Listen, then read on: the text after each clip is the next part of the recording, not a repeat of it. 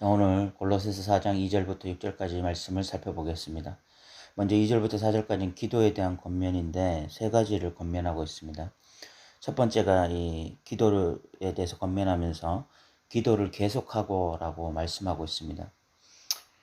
복음서에 보면 예수님께서 개인적으로 볼 수 있는 습관이 바로 기도였습니다. 누가복음 22장 39절에 예수님은 습관을 쫓아 감람산에 가셨다라는 말이 나오는데 여기서 이 습관이라는 것이 기도하는 습관을 의미합니다.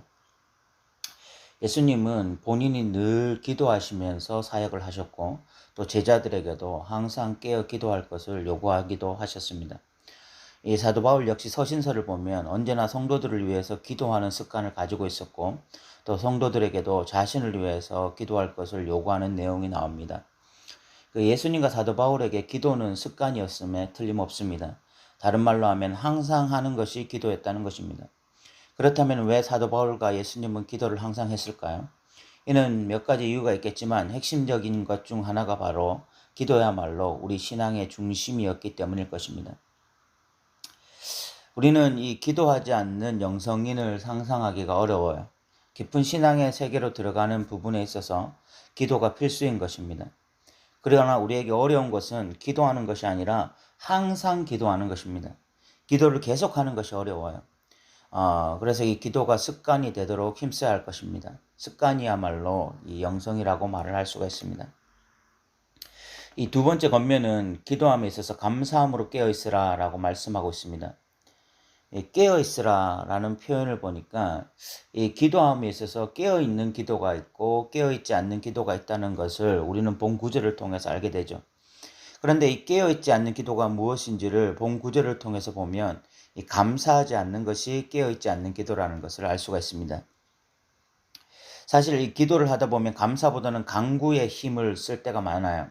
왜냐하면 우리의 인생사를 살펴보면 늘 부족한 것이 많고요. 또 아쉬운 것들이 많아 보이기 때문에 그렇습니다. 그래서 감사거리보다는 간구거리가 많죠. 그런데 감사하는 것이 왜 깨어있는 기도가 될까요?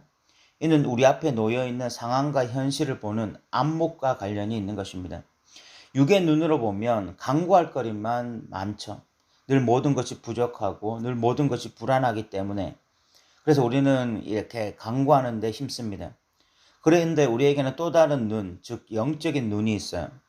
그 눈으로 보기 시작할 때 우리는 보이는 현실, 상황뿐만이 아니라 이 보이지 않는 하나님의 섭리와 손길을 볼 수 있게 됩니다. 그러면 감사가 시작해요. 당연했던 것들이 당연하지 않다는 것, 우연한 일이라고 생각했던 것들이 우연이 아니라는 것, 위기의 순간 죽을 것 같았던 그 순간 혼자 싸우고 있다고 생각했던 그 순간에도 하나님이 그 자리에 함께 하셨다는 것들이 느껴지죠. 그런 것들이 기도 시간에 깨닫게 되어질 때 감사가 터지는 것인데 이런 감사할 수 있다는 것은 다른 말로 하면 내가 깨어 있구나. 그래도 하나님의 섭리와 손길을 볼 수 있는 영적 안목이 있는 것이기 때문에 깨어 있는 것으로 말할 수 있는 거죠. 세 번째, 기도할 때 사역자들을 위해서 좀 기도해 달라라고 이야기하고 있습니다. 3절에 보면 또한 우리를 위하여 기도하되 하나님이 전도할 문을 우리에게 열어주사 그리스도의 비밀을 말하게 하시기를 구하라. 내가 이 일 때문에 매임을 당하였노라 라고 말씀하고 있습니다. 우리를 위하여 기도하되 라고 3절에 말하는데 이는 사도 바울과 그의 동역자들을 의미하는 것입니다. 제가 만약 1세기로 돌아가 골로새 교인들이 되었다고 생각해 본다면 저 눈에 사도 바울은 신앙 영웅으로 보였을 것 같습니다. 실질적으로 사도 바울이 복음을 위해서 얼마나 수고를 했습니까?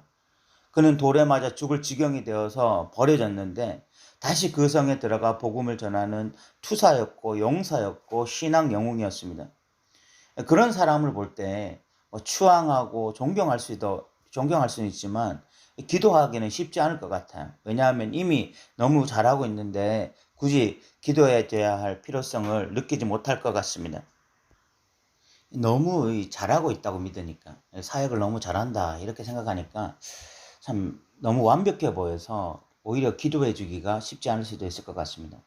그런데 사도 바울은 이렇게 말하죠. 하나님이 전도할 문을 우리에게 열어주사 그리스도의 비밀을 말하게 하시기를 구하라. 내가 이 일 때문에 매임을 당하였노라. 저는 여기서 사도 바울이 왜 복음의 사람인지 좀 새삼 깨닫게 됩니다. 여러분 한번 곰곰이 생각해 보십시오. 여러분들이 언제 간절히 기도합니까? 우리가 간절히 기도할 때는 보통 익숙한 상황이 아니라 우리가 예상하지 못하는 낯선 상황일 때가 많습니다. 예를 들어 갑자기 취업을 해야 된다든지 새롭게 사업을 해야 된다든지 뭐 결혼을 해야 된다든지 그럴 때 우리는 그 예측 가능하지 않은 미래의 상황들 때문에 불안해서 간절히 기도해요.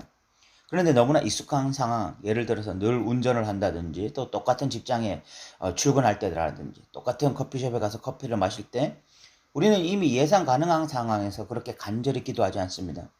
왜냐하면 무슨 일이 벌어질지 이미 예측이 어느 정도 다 가능하기 때문에 그런 것이죠.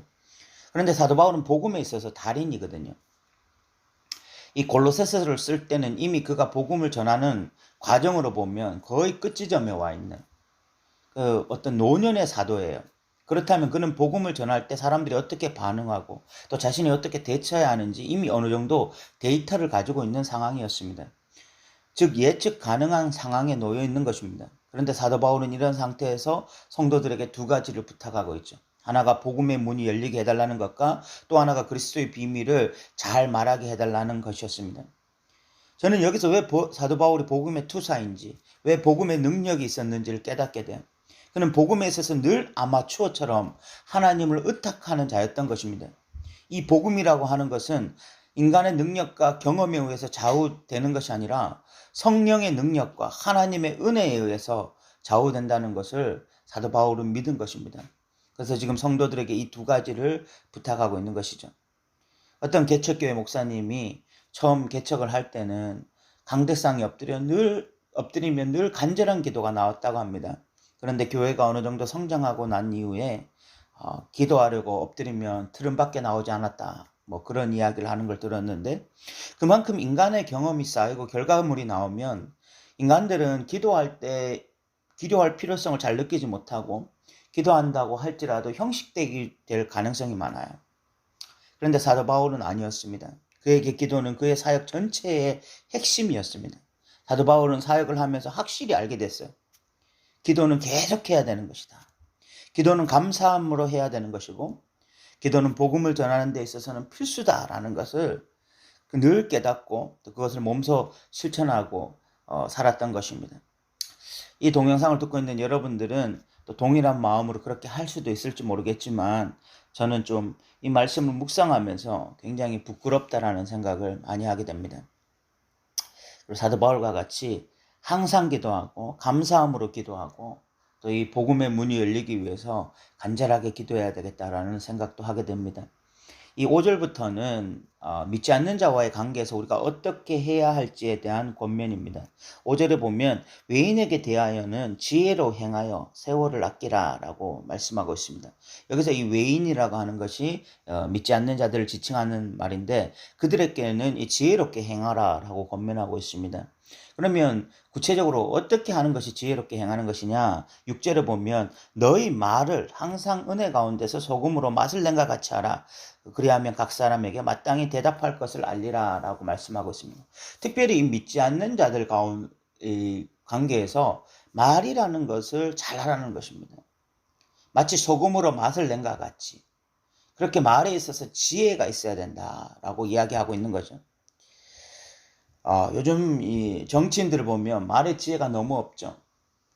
특히 여당과 대통령들의 말들이 국민들에게 상처를 주는 경우가 지금 너무 많고요. 그런데 이때 야당이 민주당이라도 좀 바른 소리를 할 수 있어야 되는데 그쪽도 만만치 않은 것 같습니다. 이 정치인들이 이 필터링을 거치지 않고 이 쏟아내는 말들에 국민들은 이 환명을 느끼고 이 굉장한 고통을 느끼고 있는 중입니다. 그런데 기독교인들 역시 이럴 수 있습니다. 성경이라고 하는 필터링을 거치지 않고 쏟아내는 말들에 믿지 않는 자들은 기독교의 환멸을 느끼고 이 고통을 느낄 수 있는 것입니다. 그리고 예수쟁이들과는 상종도 하기 싫다고 할 수 있습니다. 그래서 늘 성경이라고 하는 필터링을 거쳐서 말하는 훈련을 우리는 해야 됩니다. 우리가 그렇게 훈련할 때 6절 끝에 보면 각 사람에게 마땅히 대답할 것을 알리라 라고 말씀하고 있어요. 그런 식으로 계속해서 훈련해 가기 시작할 때 어느 순간 그리스도인답게 말하기 시작할 것이다.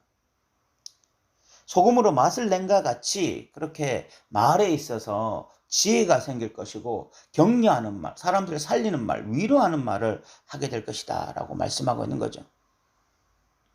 그리고 5절 끝에 보면 세월을 아끼라 라고 이야기를 하고 있는데 기회를 사라. 이 세월을 아끼라 라는 말은 기회를 사라 이런 말이기도 합니다. 그러니까 우리가 정말 이 믿지 않는 자들에게 말로써 용기를 주고 힘을 주고 위로를 주고 격려하고 그리스도의 향기를 드러내야 되는데 그렇게 살아가기 위해서 이 기회를 사야 되는 거죠. 세월을 아껴야 되는 것입니다. 그렇게 훈련되어져서 세상 사람들에게 영향력을 끼쳐야 되는 거죠. 오늘 우리는 두 가지를 살펴보았는데 하나는 이 기도에 관한 것이고 또 하나는 믿지 않는 자들과의 관계에 대한 것입니다. 기도가 정말 중요한데 기도가 참 습관화되지 않는 것 같아요. 이 동영상을 들으면서 저와 여러분 모두 기도가 습관화되어지고 항상 기도하고 감사함으로 기도하고 복음의 문이 열리기를 기도하는 자들이 되었으면 좋겠고 또 믿지 않는 자들과의 관계에서 특별히 말로써 그들을 격려하고 힘을 주고 그렇게 또 세월을 아껴가고 기회를 사는 저와 여러분 되시기 바랍니다. 오늘도 들어주셔서 감사합니다.